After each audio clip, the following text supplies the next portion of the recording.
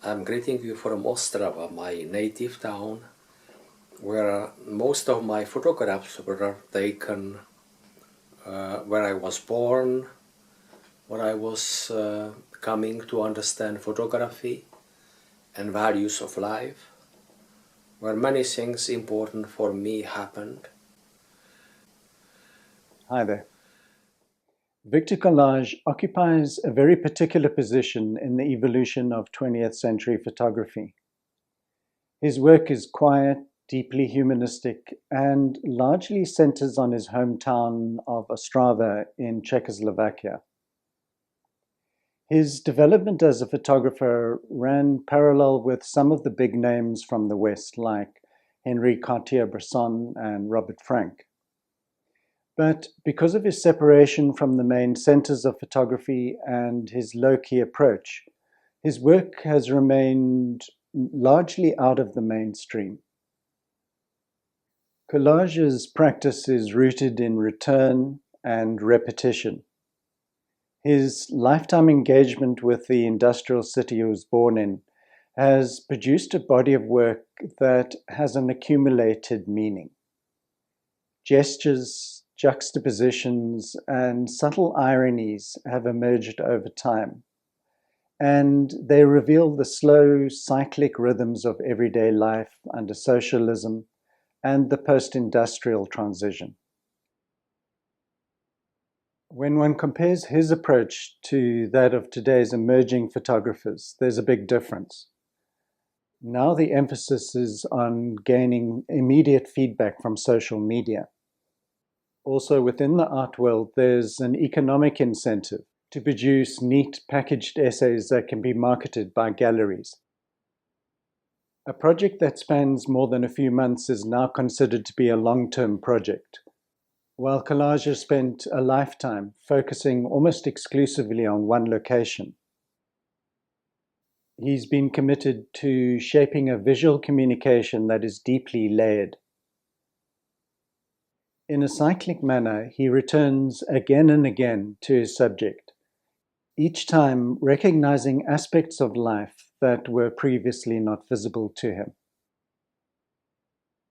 He said, "I return to the same places because they change, and because I change." Together, his pictures invite us to gain an understanding of place, memory, and the patterns within everyday lives. And this is universal. Unlike exhibitions that one comes across at art fairs, his work doesn't demand pages of text outlining his conceptual thoughts.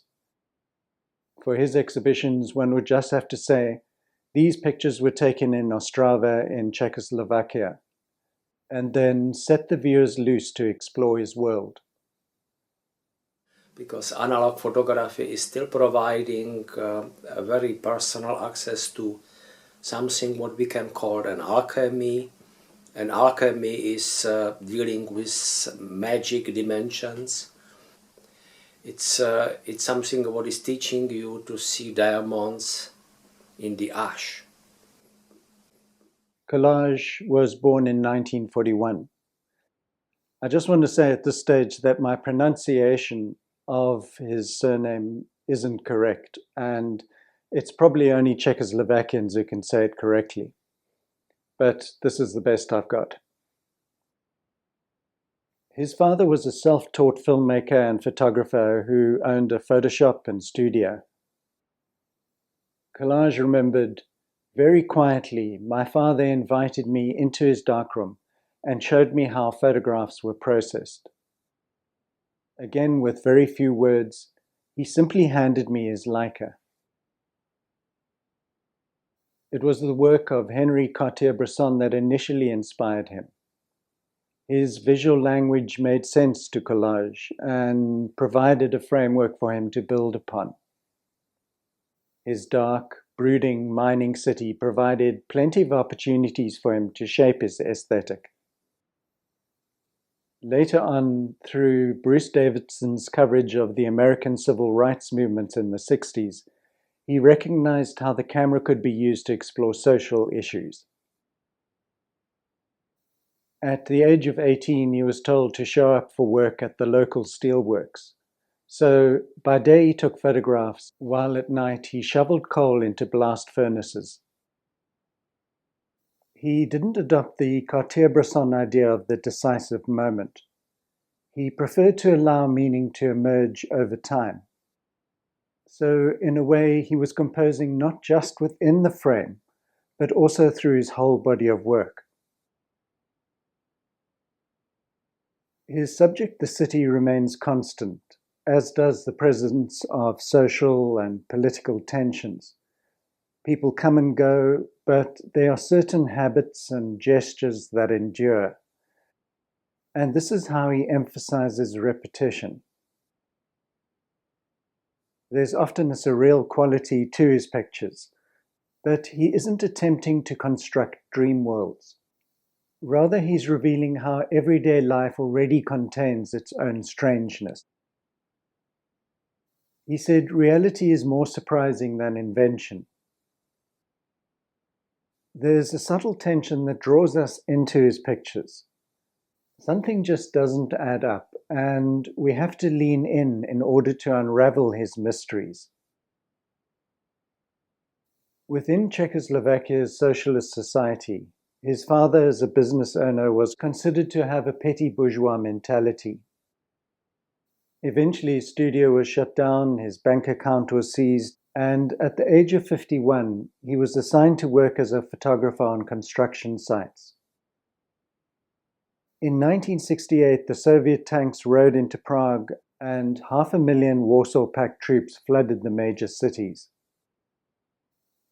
Within the month, Kolář had written himself an invitation to Austria and had a friend overseas post it back to him. He presented it to the passport authorities, and although the letter probably didn't fool anyone, the government of communist hardliners were just happy enough to get rid of people like him.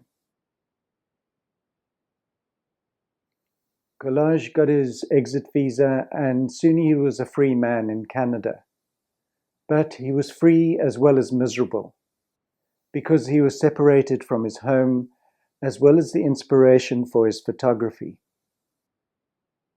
He was no longer sure of what his purpose was.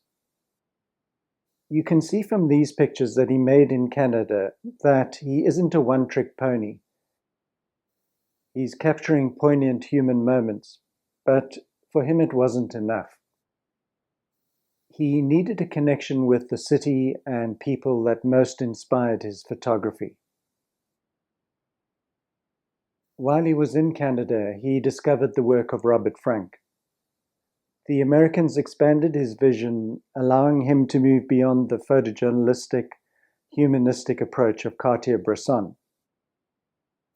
He began aligning himself more closely with Frank's objective, psychologically charged outlook, and in the process his pictures became increasingly more personal, ambiguous, and poetic. Looking at this picture, Running Boy in 1978, from a symbolic perspective, he's making a powerful statement. It shows a boy running towards a bench on which two elderly women are sitting. But the entire scene is dominated by the massive concrete wall behind them. This barrier could represent the restrictive communist regime and how it rendered the older generation powerless and hopeless. The carefree running boy becomes a symbol of hope for the future. In 1973, Kolář was longing for home, and he returned to Czechoslovakia after an amnesty for returnees was offered. He said that he was able to face life under the communists because he had developed a strong concept of inner freedom while living in Canada. He said he had learnt the hard way about solitude. Initially on his return, he worked as a manual laborer, then as a stagehand for a theatre company. This provided him with an opportunity to reintroduce himself to the creative circles. Eventually, Kolář became a professor at the Film and TV School in Prague. He said that photographing in the streets during the communist era wasn't too difficult because he had established a vision. Even though there were often secret police roaming the streets, he learned how to snatch pictures in a discreet manner. If he was ever confronted by the authorities, he would just say he was looking for pictures for a camera club exhibition. He wasn't in a hurry. His personal philosophy was to produce photographs over a long period of time. He compared his approach to that of a long-distance runner. I want to look a little closer at two of his images. This is a very characteristic Viktor Kolář image. It's quiet on the surface, but full of tension. At a glance, it looks like a mundane, transitional moment, people crossing a small park. There's no decisive moment here, no event or climax. He deliberately chooses these uneventful moments because they allow for a deeper psychological structure to surface. The five figures in the frame are completely disengaged from each other, and the trees add to this separation by partitioning the image into zones. Their various body languages are all over the place. The man in the foreground looks as if he's entered the twilight zone. The guy walking towards the camera has an almost aggressive posture, while this man at the back, who knows what's going on, he seems to be falling over.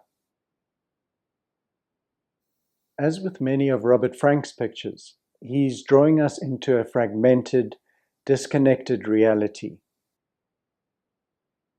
The image is less about individuals and more about how people move through a shared system, but fundamentally remain alone. This picture leaves me with a similar feeling of disjuncture. Here the logic seems clearer, but the longer one stays with this image, the stranger it becomes. The horse seems to be pressing itself against the wall, trying to avoid the man's gaze. The gestures and body language of the two figures makes one assume that there's a confrontation, but there's nothing actually happening. It's as if all action has been suspended. As with the previous images, we get the sense that within Kolář's world, there are things going on that don't really add up. In actual fact, the horse was created for Ostrava's 700th anniversary, and it stood in that room for a couple of weeks, rotting away.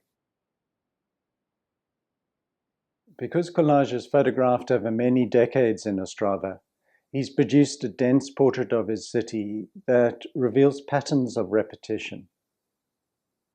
Looking through his pictures, one can experience feelings of déjà vu. His urban landscapes are almost theatrical. Similar scenes play out again and again, but with subtle shifts. This way of portraying life better reflects our daily routines. Subtle changes can make us feel unsettled because we are functioning to a large degree on an unconscious level. But Kolář is tuning into these nuances and odd juxtapositions. I hope you enjoyed his work. Thanks for staying with me, and I'll see you next time.